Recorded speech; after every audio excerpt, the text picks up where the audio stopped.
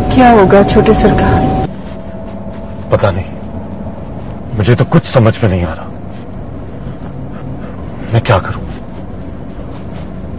वो बदले में मुझसे मेरी बीवी मांग रहा है। वो तो जैसे कुछ सुनने को तैयार ही नहीं है। ऊपर से सरकार की ऐसी हालत है कि हम उनसे मशवरा भी नहीं ले सकते। पता नहीं मैं कहां फंस गया हूं। इसका राज उसका राज, हर किसी का राज अपने दिल में छुपा के रखो। मेरा तो दिल जैसे फटने वाला हो।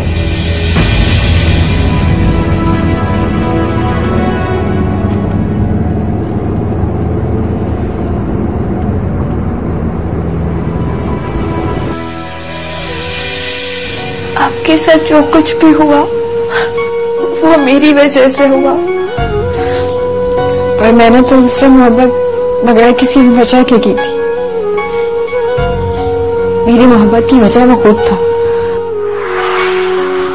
जब उसने मेरी सच्ची मोहब्बत का जवाब अपनी झूठी मोहब्बत से दिया तो मैं तो खुशी से पागल हो गई थी मेरी दफर्स। हालांकि मोहब्बत में झूठी शादी कैसे कर सकता है?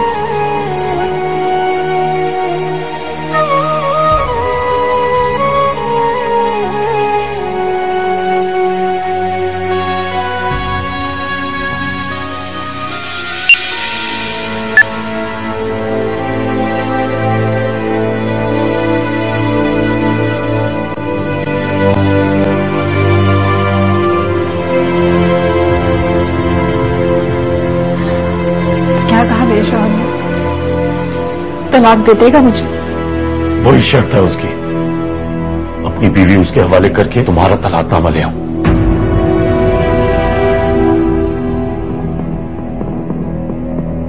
अगर ऐसा ना करें तो तुम्हारा निकाहनामा उसके पास है। कोर्ट में जाके वो अपनी बीवी के लिए दावा कर देगा हम पे, फिर हम किस तरह से अपना शक्ल दिखाएंगे पूरी दुनिया को? आखिर और कितने मुंह बंद होंगे कि आप लोग इस दुनिया में मुंह उठा के चलने के काबिल होंगे? तो क्या तुम्हें तलाक देकर उसके दरवाजे पे बांधा हूं? मैं यहाँ भी दरवाजे से ही बंधी हुई हूँ।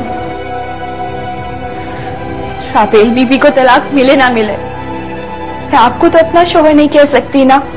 तो क्या करूं? तुम्हें नाम देने के लिए मैं पूरे खानदान को पानी में डुबो दूं? शाबेल बीबी का घर बसाया भी तो जा सकता है। मैं अब कबीर के साथ जिंदगी नहीं गुजार सकती। तो क्या इसकी सजा में मैं कबीर के साथ जिंदगी गुजारूं जाके? मैं ऐसे ही पड़ी रहूंगी चुपचाप हैरान की जिंदगी में, और मैं ऐसे ही गुमनाम बेटी गुमनाम बीवी बन के मुलाजमों के साथ जिंदगी गुजारूंगी। ये मत भूलो कि जो कुछ भी मेरे साथ हुआ है तुम्हारी वजह से हुआ है। अगर आप मोहतात होके चलती तो ऐसा ना होता। मैं अगर मोहतात होके चलती तो तुम मेरे शौहर के सामने बैठ के मुझे यूं बातें ना सुना रही होती।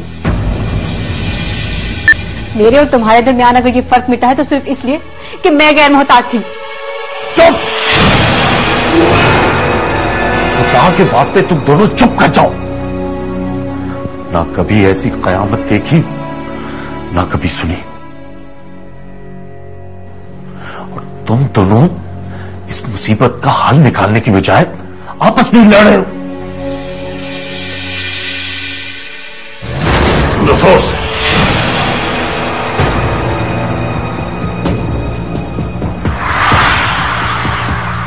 अब इसमें नाराज होने वाली क्या बात है?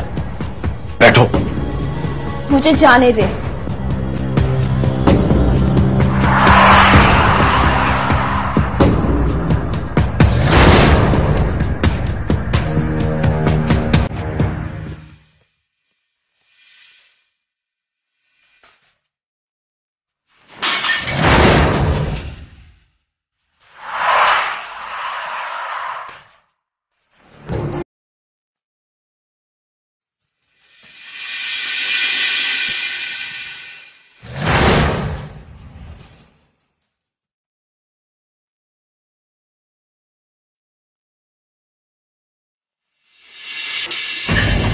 अरे अरे क्या मुसीबत है?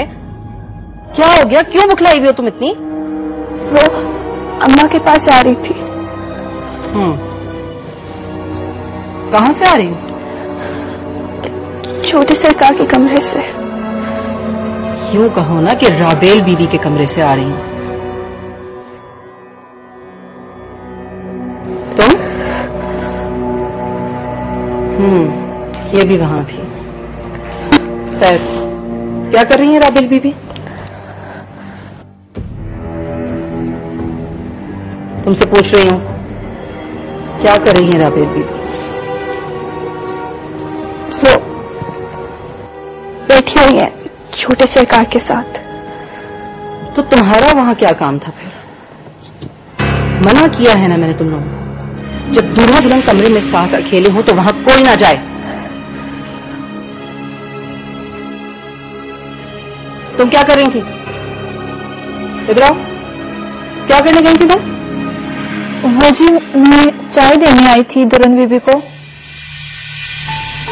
और तुम क्या कर रही थी? मैं राबेल बीबी के पास बैठी हुई थी। सब पता है मुझे किसके पास बैठी हुई थी। तुम्हें क्यों हंसी आ रही है इतनी? चलो जाओ यहां से।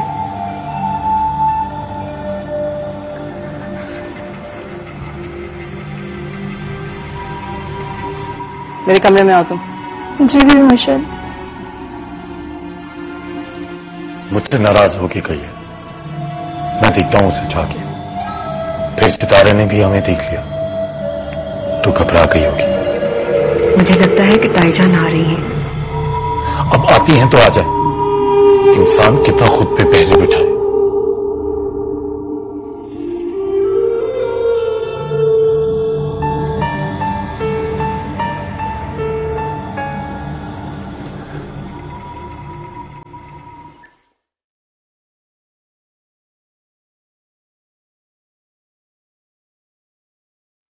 वाकई अम्मा, हम तो मुसीबत में फंस के रह गए हैं। इससे अच्छा तो वो कबीर है जो कम से कम मुझे हासिल करने के लिए लड़ तो रहा है, और यहाँ छोटी सरकार मुझे छुपाए छुपाए फिर रहे हैं।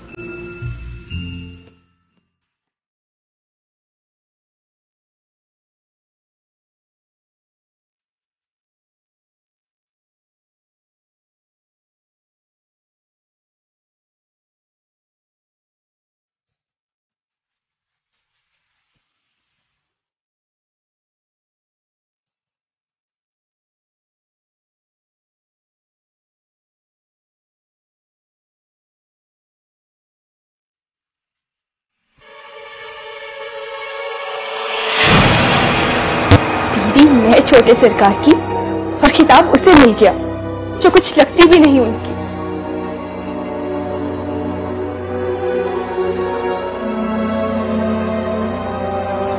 पता नहीं क्या होगा, वो तो नहीं माना। और सरकार है कि मेरी तरफ देखते भी नहीं।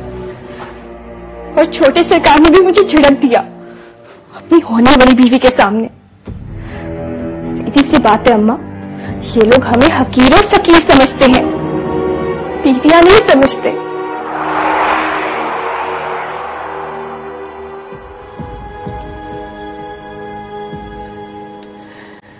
अब तो मुझे भी लगता है कि मैंने गलती की। मैं तुझे यहां लाती ही नहीं। तुम्हारी वजह से मेरा भतीजा भी बेमौत मारा जाएगा।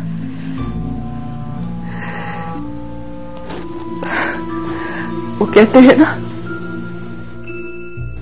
खुदा मिला ना सनम मिला।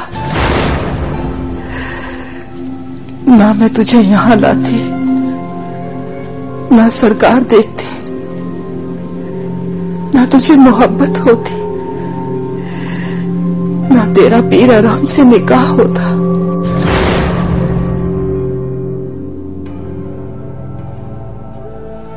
ना ये छुपन छुपाई का खेल होता। बस जरा सी बेईमानी इस सारे फसाद को मुका देती।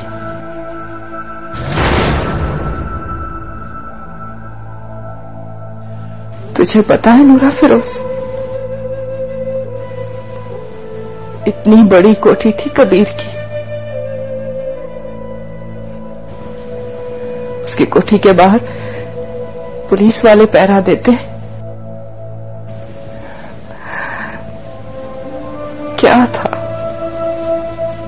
अगर भाऊ ये सब देख लेता, और क्या था अगर तेरा ब्याह उसके साथ हो जाता।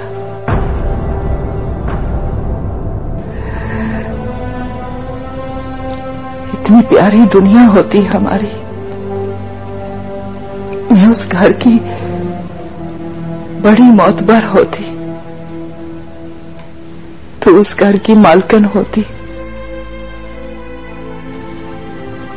हर जगह इज्जत ही इज्जत।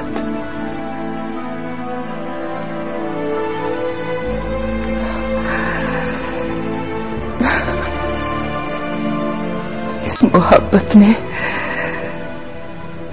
बड़ा ख्वार कर दिया हमें।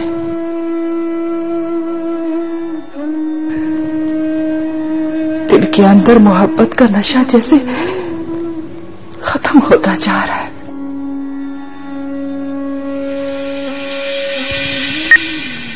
अच्छा, तो ये बात है, यानी अब आप लोग पछता रहे हैं।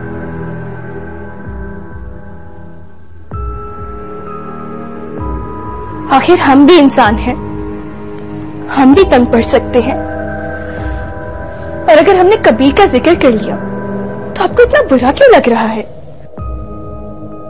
आप भी तो मेरी नजरों के सामने शबील से शादी करके कमरे में घुस गए थे, और तो और उसे दोबारा जायज तौर पे निकाह करने के लिए कबीर से तिलाक दिलवाने पे तुले हुए हैं आप सब लोगों के लिए सब कुछ जायज है, और हम लोग जिक्र भी नहीं कर सकते। आखिर कोई हमारा भी घर होगा, घर वाले होंगे। आज से पहले तो तुम्हें अपना और अपने घर वालों का ख्याल नहीं आया? साफ साफ कहो कि तुम मुक्ता आ चुकी हो इस कठिन सफर से। कबीर की कशिश तुम्हें अपनी तरफ खींच रही है। बोलो तो तुम्हें फारिग करके राबेल को आजाद करवा लेता हूं, अच्छा मौका है।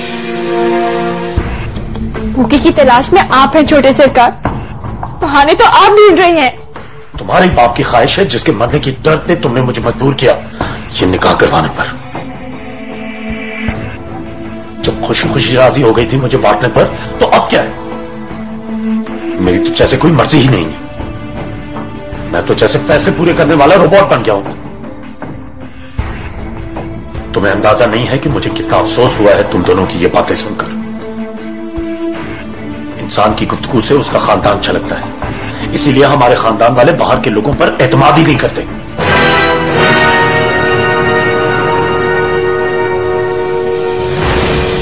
एतमाद, खानदान, किस खानदान की बात करते हैं आप लोग? वो जो ऊपर अपने खानदान की नजरों में धूल झोंक के किसी और की बीवी होने के बावजूद आपकी बीवी बन के बैठी है। वो आप ही के खानदान की लड़की है। जो कुछ उसके साथ कबीर ने किया है वो सारी जिंदगी आपकी ताया सरकार मेरी माँ के साथ करते आए हैं। यही कुछ आप कर रहे हैं मेरे साथ। कैसे तड़प के अपनी लड़की छुड़ाने के लिए मचल रहे हैं आप लोग। कभी किसी को ये ख्याल नहीं आया कि मैं और मेरी माँ वफा की पुतलियां बनके इस घर में मुलाजमों के साथ नाच रही हैं। वो लफ्ज हसद के मुंह से क्या निकल आए, फौरन चले ताना मारने। चुप कर जा नूरा फिरोज, चुप कर जा। क्यों चुप करूं? क्यों ना कुछ कहूं? अगर ये लोग हमारी कदर नहीं करते तो हम भी अपनी कदर ना करें। हाँ, नहीं कदर करते, क्या कर लोगी? और ये सब कुछ राबेल के सामने हो रहा था? जी बीबी मुर्शिद, ये सब कुछ राबेल बीबी के सामने हो रहा था। अब वो बेचारी कर भी क्या सकती हैं, मर्द तो बादशाह होते हैं ना जी, जिस तरह चाहें बीवी को बांदी बना के रखें। इसीलिए ये 2 टके की मुलाजमा घर में उछलती फिरती है। समझती क्या है खुद को? देखती हूँ इन दोनों माँ बेटियों को, ये समझती है कि हम इतनी बेबस पीरजादियां हैं। समझाती हूँ राबेल को कि किस तरह से ठिकाने लगाना है इन औरतों को। अपनी बकवास बंद करो नूर अफरोज। नहीं करती अपनी बकवास बंद। ये बात साबित हो चुकी है छोटे सरकार कि आप लोग हमारी कदर कभी नहीं करेंगे। हाँ, नहीं करते कदर। क्या कर लोगी?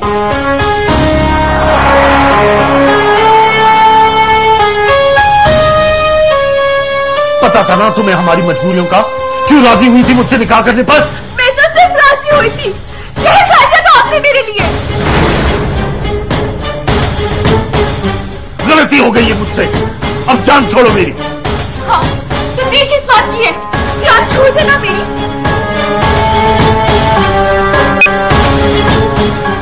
मुझे तो अपनाने वाला अभी भी तैयार बैठा है।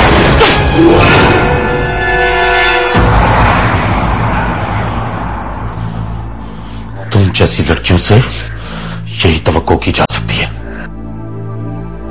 बहुत बड़ी गलती हो गई मुझसे, कबीर को रिजेक्ट करके आपको चुनते हुए। आपसे वही होगा जो कबीर चाहता और वो बिल्कुल ठीक चाहता है। मैं भी देखता हूं ऐसा कैसे होता है। एहराम, क्या हो रहा है यहाँ पर? मैं तुमसे पूछ रही हूँ एहराम।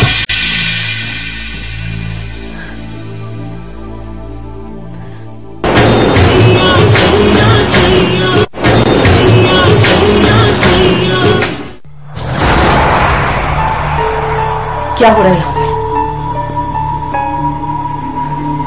जवाब दो मुझे। मैं तुम लोगों से बात कर रही हूं। अगर तुमने मेरी बात का जवाब नहीं दिया ना तो मैं तुम दोनों को उठवाकर इस घर से बाहर फेंकवा दूंगी। आप एक ही बार हमें बाहर फेंकवा दे तो अच्छा है। तुम्हारी ये हिम्मत कि तुम मुझसे जबान लड़ाओ? भूल गई हो तुम अपनी औकात। याद रखो, ये पीर तुम जैसी लड़कियों को मुंह लगाना तो अपनी शान समझते हैं, पर शान नहीं बनाते अपनी कभी भी। अम्मा काली। जी बीबी मुर्शिद। बहुत चर्बी चढ़ गई है इन दोनों के दिमाग में, उठा के बाहर फेंको इन्हें। जी बीबी मुर्शिद, अभी आधी रात को सरकार के मुरीद हैं जी। सरकार के मुरीद हैं तो उन्हें मुरीद खाने में फेंको जाके। थोड़ी सी भी गैरत होगी ना तो सुबह खुद ही चले जाएंगे। लेके जाओ इन्हें। जी आज हम। गजब खुदा का, याशी का अड्डा बना लिया इन औरतों ने घर को। मुझे तो पहले शक था कि कोई ना कोई गड़बड़ जरूर है। बालिश्त पर की लड़की पीर की पुचकार पर यूं उछल रही है जैसे बीवी हो उसकी।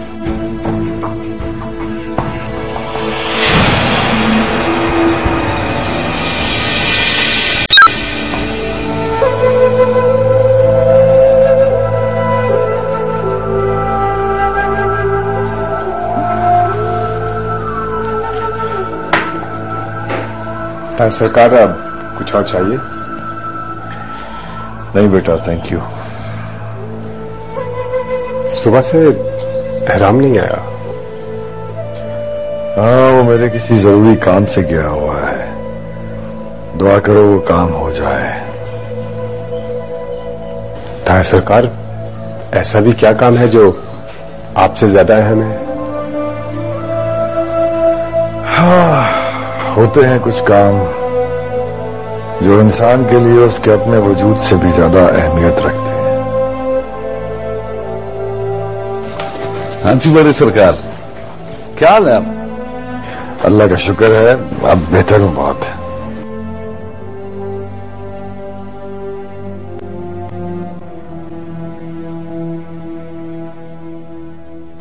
अब ऐसा है कि कल हम आपको डिस्चार्ज कर देते हैं। फॉलोअप के बाद आपकी सर्जरी के बारे में कुछ सोचा जाएगा। ठीक है।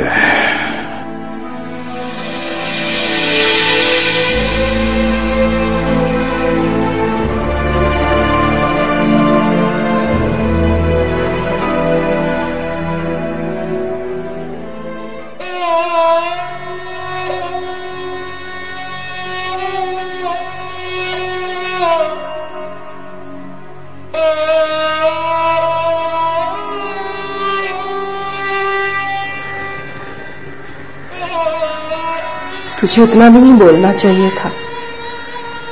एक तो बेबी, ऊपर से कमजात। कैसी कमजात अम्मा? मैं उसके ताया की बेटी हूं और ये मेरी मेहरबानी है कि मैं चुप हूं। तुझे यहां आना ही नहीं चाहिए था मुझे लेके। फिर तू क्यों चली आई? क्यों चली आई अम्मा? तुझे तो पता था ना कि ये जमीन हमारी बर्बादी है। क्यों लेके आई मुझे यहां? ना हम यहां आते और ना लुटे जाते। मैंने तो पहले ही कह दिया था कि ना बढ़ छोटे सरकार की तरफ, ना बढ़, पर तू पास ना आई। ये अपने बस में कहां होता है अम्मा? तू रुकी थी क्या? हाँ तो भुगत, ये मुरीद खाना भुगत। अब तेरी बारी है, तेरी शुरुआत हुई है। आधी रात में शौहर और बाप के घर से धक्के देकर निकाला जाना भुगत। नहीं, मैं मलका नहीं बनूंगी अम्मा। मैं बन ही नहीं सकती क्योंकि मेरे अंदर भी उन लोगों का खून दौड़ रहा है।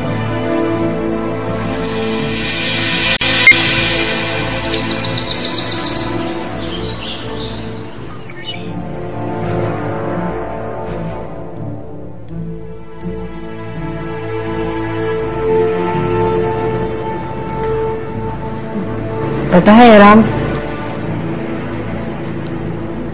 कल ताई अम्मा ने नूर अफरोज और मलका को कमरे से बाहर निकाल दिया और अब वो दोनों मुरीद खाने में रुकी हुई है।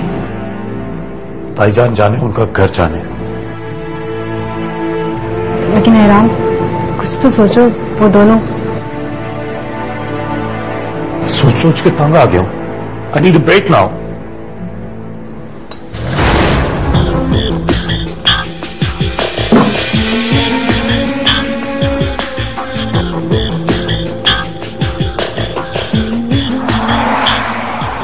राबेल, इसकी लगामें जरा कस के रखो। हम लोग गद्दियां संभालने नहीं आए इस दुनिया में। सिर्फ घर, शोहर, खानदान, सबको शेर की निगाह से देखो और चील की तरह उनकी हिफाजत करो। उस नूर अफरोज की तो मैंने ऐसी तबीयत साफ की है ना कि सारी जिंदगी याद रखेगी। हद हो गई। 2 टके की मुलाजमत तुम्हारे सामने इस दीदा दिलेरी के साथ तुम्हारे शोहर से इश्क फरमा रही है। कुछ नहीं आने वाला उसके हाथ। मैं तुम्हारे साथ हूं। अब वो तुम्हें इस घर में नजर नहीं आएगी। मुझे तो लगता है कि एहराम भी बेजार हो चुका है उससे। कल रात उसने थप्पड़ रसीद किया है उसे। बड़ा समझ रही थी कि शौहरों की तरह लाड उठाएगा उसके। पर ताईजान, वो जाएंगी कहां? अरे भाड़ में जाएं, तुम्हें अपना घर नहीं बचाना क्या? ऐसी ही मुरीदियां निकाह कर लेती हैं पीरों से। राबेल, इस वक्त तुम्हारे ताया सरकार की तबीयत ठीक नहीं है, वरना ये बेहतरीन मौका था उनसे बात करने का। मैं उन्हें कोई टेंशन नहीं देना चाहती अभी, प्लीज। इसीलिए तो कह रही हूँ कि अभी थोड़ा सा बर्दाश्त कर लें। जब तक ताया सरकार ठीक होके आ नहीं जाते, इस बात को दबा लेते हैं, और ताया सरकार ठीक हो जाएंगे तो खुद ही फारिग कर देंगे इन लोगों को। तुम एहराम से डर रही हो? तुम्हें धमका के रखा है उसने? नहीं ताईजान, ऐसी कोई बात नहीं है। उनका जो भी सिलसिला है खुद ही खत्म हो जाएगा। ऐसे खत्म नहीं होगा। तुम्हें कोई ना कोई स्टेप उठाना पड़ेगा राबेल। ले लूंगी ताईजान, फिलहाल आप इस बात को ना छेड़े। सवाल ही पैदा नहीं होता। मैं उन्हें अपने घर में कदम भी नहीं रखने दूंगी। चलो खैर, अगर तुम कहती हो तो मैं मुरीद खाने में उन्हें रहना अलाउ कर देती हूँ। हाँ, ये ठीक रहेगा। कमाल है, कोई टेंशन ही नहीं है तुम्हें। अच्छा छोड़े ना ताईजान, आप ये बताएं कि आज ताया सरकार आ रहे हैं, आपने क्या तैयारी की है? चले।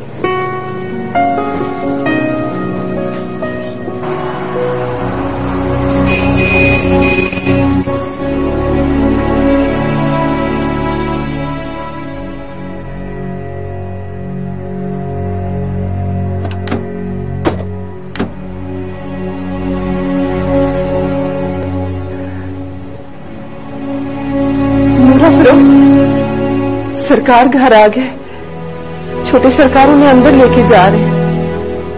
माशाल्लाह।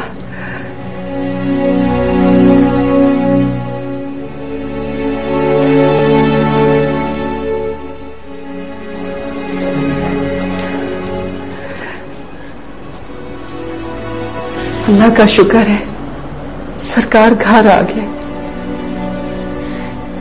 जिसके घर से रातों रात निकाले गए, उसके घर आने की इतनी खुशी अम्मा। मोहब्बत ने तो तेरे अंदर की गैरत को पीट पीट के मार ही डाला है।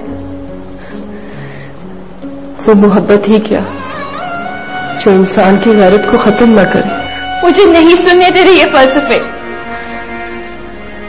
अब ये बता कि करना क्या है? करना क्या है? सरकार आ गए हैं। अभी अम्मा काली आ जाएगी हमें बुलाने के लिए। मैं यहाँ से तब तक नहीं जाऊंगी जब तक छोटे सरकार मुझे खुद लेने ना आ जाए। हम लोग रात से निकाले हुए हैं और सुबह उन्हें पता भी चल गया था, मगर अपने गुस्से में उन्हें इतना भी याद नहीं रहा कि मुझ पे हाथ उठाया है उन्होंने। मैं उनकी इज्जत हूँ जो मुरीद खाने पड़ी हुई हूँ। नूरा फिरोज, शौहर जब प्यार करता है ना तो औरत सातवें आसमान पे उड़ने लगती है। उसे पता ही नहीं चलता कब आसमान पे उड़ाने वाला उसे उड़ता छोड़ के जमीन पे आ बसा। और जब जमीन पे बुला के बीवी की खबर लेता है ना तो उसके होश उड़ जाते हैं। बेहतर यही है कि तू होश में आ जा। मेरे ख्याल में ये थप्पड़ ही काफी है तुझे जमीन पे लाने के लिए। मगर मैंने तो ऐसा कुछ भी नहीं कहा अम्मा। अब बस कर दे नूरा फिरोज। घर बसाने के लिए कभी अपनी जायज बातों को भी नाजायज समझना पड़ता है।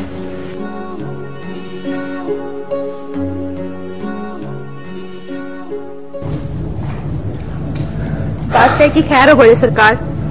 बादशाही की खैर हो बड़े सरकार। बादशाही की खैर हो बड़े सरकार। बादशाही की खैर हो बड़े सरकार। बादशाही की खैर हो बड़े सरकार। दुआ करो।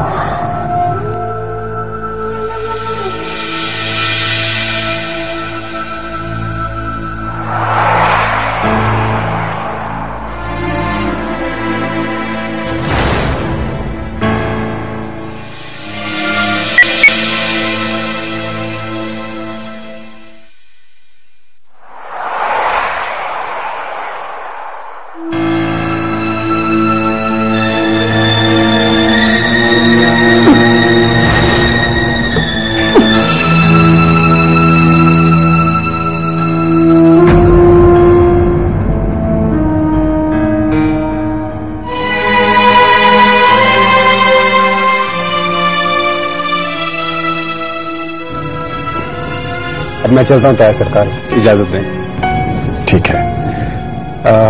एक काम करो, गुड्डी को ले आना, बल्कि तुम दोनों ही आ जाना कुछ दिन रहने के लिए। जी ठीक है ताया सरकार, मैं आज ही जाकर कह दूंगा उसे। ठीक है।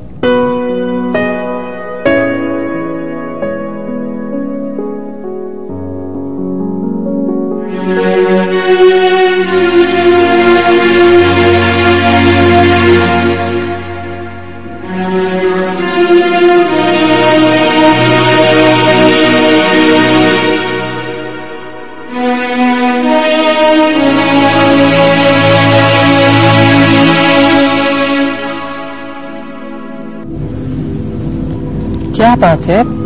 कुछ चाहिए? किसी को बुलाना है? नहीं बीबी, मुझे अंदर जाना था।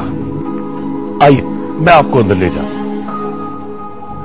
अरे यार, अब तो मैं खुद भी चल फिर सकता हूँ।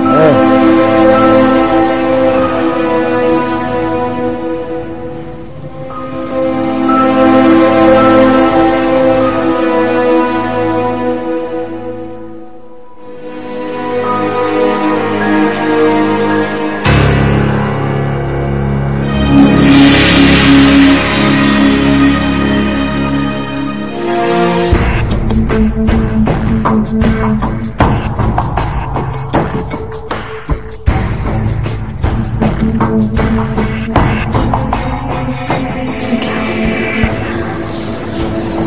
अल्लाह खैर, ये कोई नई आजमाइश तो नहीं? नहीं।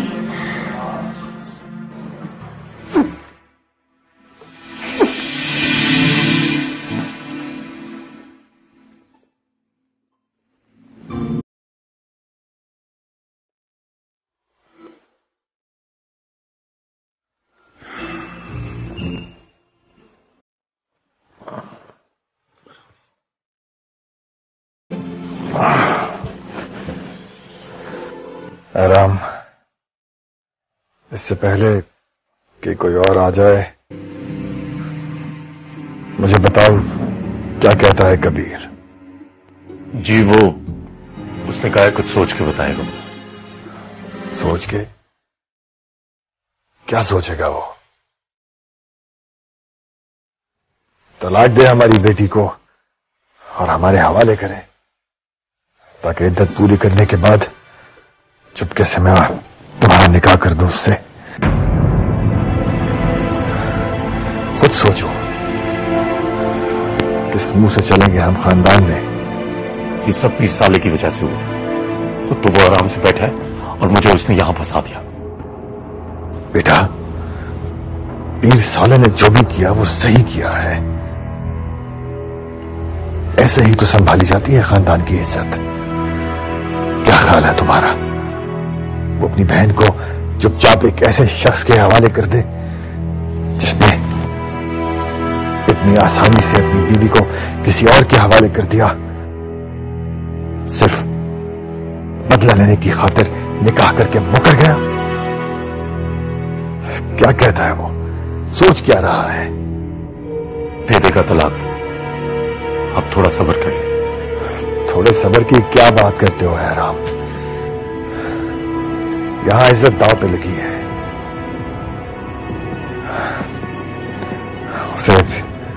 उससे बात करो कि वो चाहता क्या है। अगर कुछ मांगता है तो दे दिला के जान छुड़ाओ उससे। वैसे उसकी फूफी को मेरे पास तो भेजो, मैं पूछूं उससे कि वो चाहता क्या है। वो उन दोनों को ताईजान ने मुरीद खाने भिजवा दिया था रात को। मुरीद खाने? वो क्यों? वो उन्होंने हमें मेहमानों के आने का सिलसिला शुरू हो गया है। शफात भाई और भाभी आए आपको देखने के लिए। एहराम, हम लोग आते हैं, तुम जरा उनके साथ बैठो। और हाँ, अब तुम कमारे नहीं हो कि सिर्फ सलाम करके चले जाओ। एक शादीशुदा जिम्मेदार शख्स हो, बल्कि राबेल को भी बुलवा लो और बैठो खानदान वालों के साथ। जी अच्छा।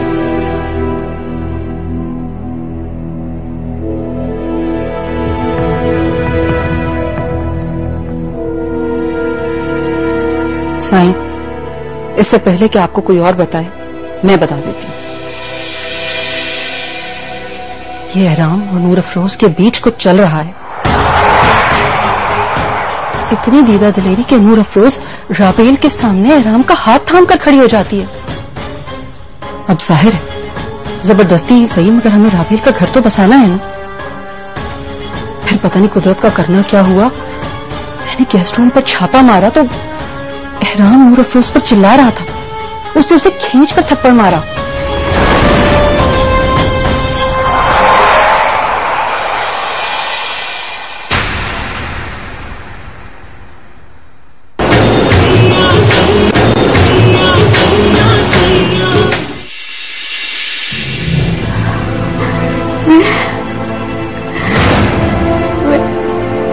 प्रेग्नेंट हूं।